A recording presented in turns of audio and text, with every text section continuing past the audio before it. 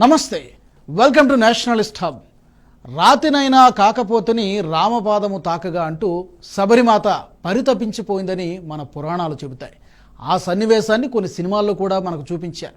ఇప్పుడు మనం చెప్పుకోబోయే కళాకారుడి చేతిలో ఉలి దెబ్బలు తిని ఒక రూపంగా ప్రాణం పోసుకోవాలని ప్రతి రాయి కోరుకుంటుంది.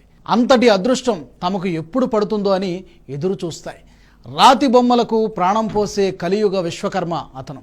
రాతిని నాతిగా మలిచే శిల్పకారుడు. అయోధ్యలో సీతారాముల విగ్రహాల కోసం నేపాల్ నుంచి 2 భారీ సాలగ్రామాలు అయోధ్యకు చేరుకున్నాయి. ఆ శిలలను దేవతామూర్తులుగా మలిచే బాధ్యతను ఈ కలియుగ విశ్వకర్మకు అప్పగించారు. ఆయన పేరు రామ్ వంజీ సుతార్. ప్రపంచమే అబ్బురుపోయే విధంగా దేశంలో ఇప్పటికే ఆయన చేతిలో ఎన్నో విగ్రహాలు ప్రాణం పోసుకున్నాయి. వాటి గురించి తెలిస్తే ఆ విగ్రహాలు చేసింది ఈయనేనా అంటూ అవాక్కవుతారు. ఆయన చేతితో శిలపై ఉలిదెబ్బలు పడితే అది శిల్పంగా మారుతుంది.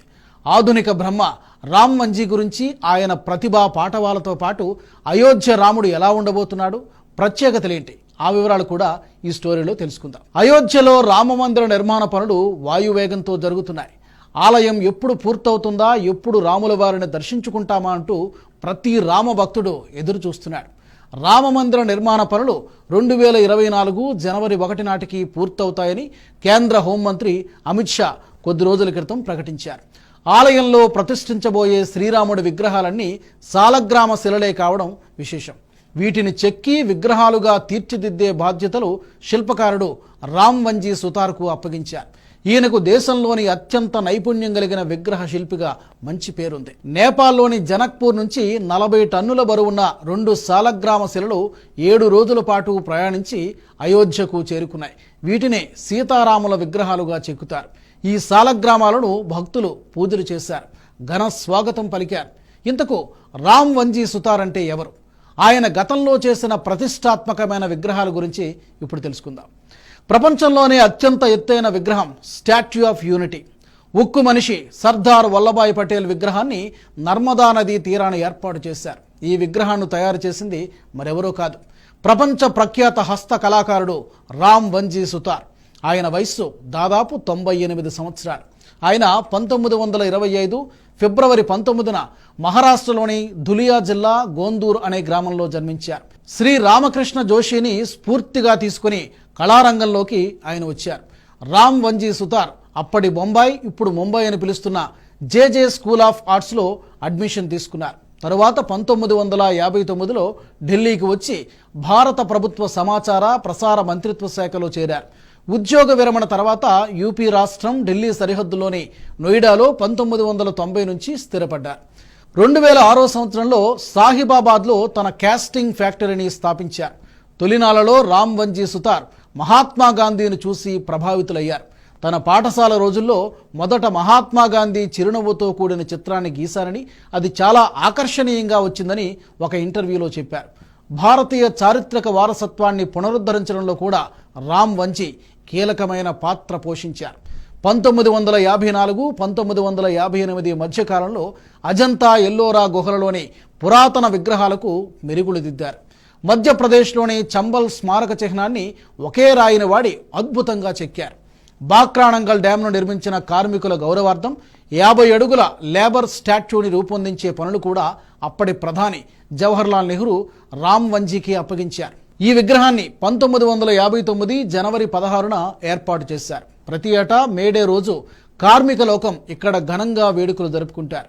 దేశంలో రాజకీయ నాయకుల నుంచి మహాయోధుల వరకు ఎన్నో చారిత్రాత్మక విగ్రహాలను తయారు చేయడంలో రామ్ వంజీ సహకరించారు. పార్లమెంటు లోపల మహాత్మా గాంధీ విగ్రహం, ఢిల్లీలోని 10 అడుగుల గోవింద్ వల్లభ పంత్ కాంస్య విగ్రహంతో పాటు బీహార్లోని కర్పూరి ఠాకూర్, అనుగ్రహ్ నారాయణ్ సిన్హా, అమృత్సర్లోని 21 అడుగులు ఎత్తైన మహారాజా రంజిత్ సింగ్ విగ్రహాలు ఈయన చేతిలో రూపొందినవే. ఐక్యరాజ్యసమితి భద్రతా మండలి ప్రధాన కార్యాలయంలో గత ఏడాది మహాత్మా గాంధీ విగ్రహాన్ని ఏర్పాటు చేశారు. ఈ విగ్రహాన్ని తయారు చేసింది కూడా రామ్జీనే. ఐక్యరాజ్యసమితి ప్రధాన కార్యాలయంలో ఏర్పాటు చేసిన మొదటి మహాత్మా గాంధీ విగ్రహం కూడా ఇదే.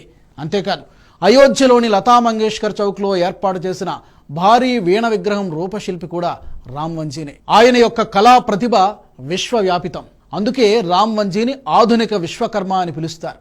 విశ్వకర్మ దేవతల వాస్తుశిల్పిగా, వాస్తుశిల్పకళలో విశ్వానికి తొలి గురువుగా అభివర్ణిస్తారు.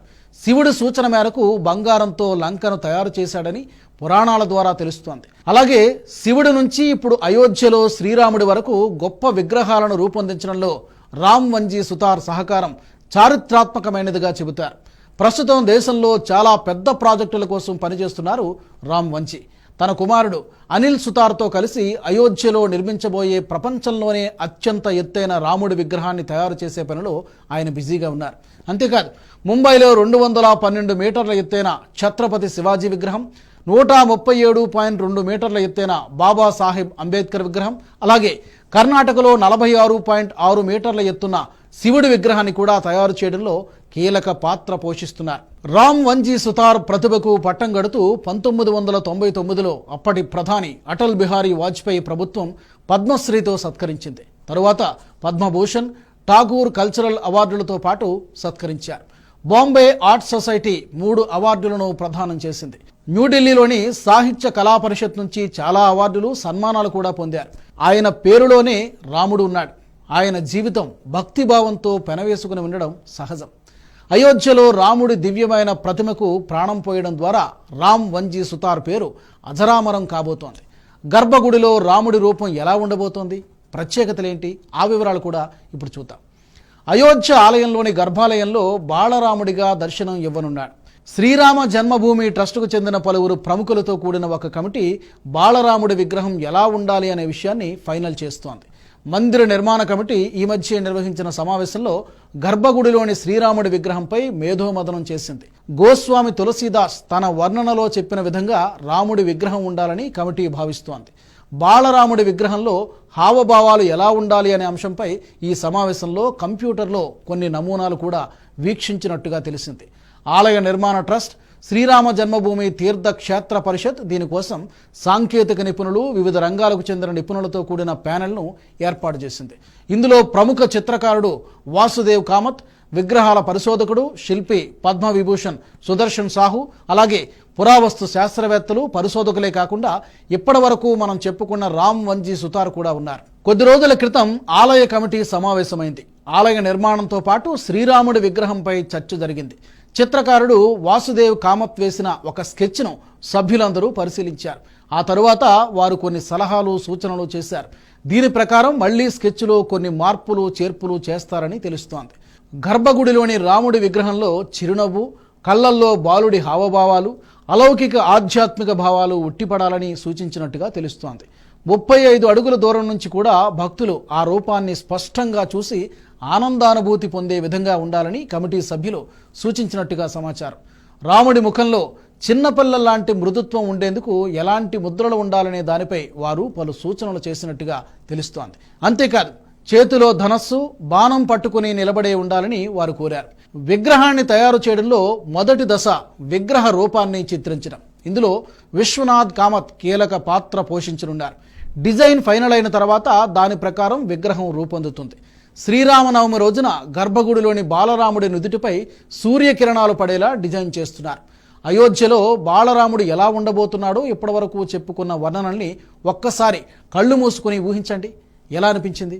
మీరు ఎలాంటి అనుభూతి పొందారు? మాకు కామెంట్ల ద్వారా తెలియచేయండి. అలాగే ఈ వీడియో మీకు నచ్చినట్టయితే లైక్ చేయండి, 10 మందికి షేర్ చేయండి. నేషనలిస్ట్ హబ్ గ్రూప్ ఆఫ్ ఛానల్స్ను సబ్స్క్రైబ్ చేసుకొని తెలుగునాట జాతీయవాద జర్నలిజాన్ని ప్రోత్సహించండి. ఈ వీడియో కింద ఉన్న బెల్ ఐకాన్పై క్లిక్ చేయడం మర్చిపోవద్దు.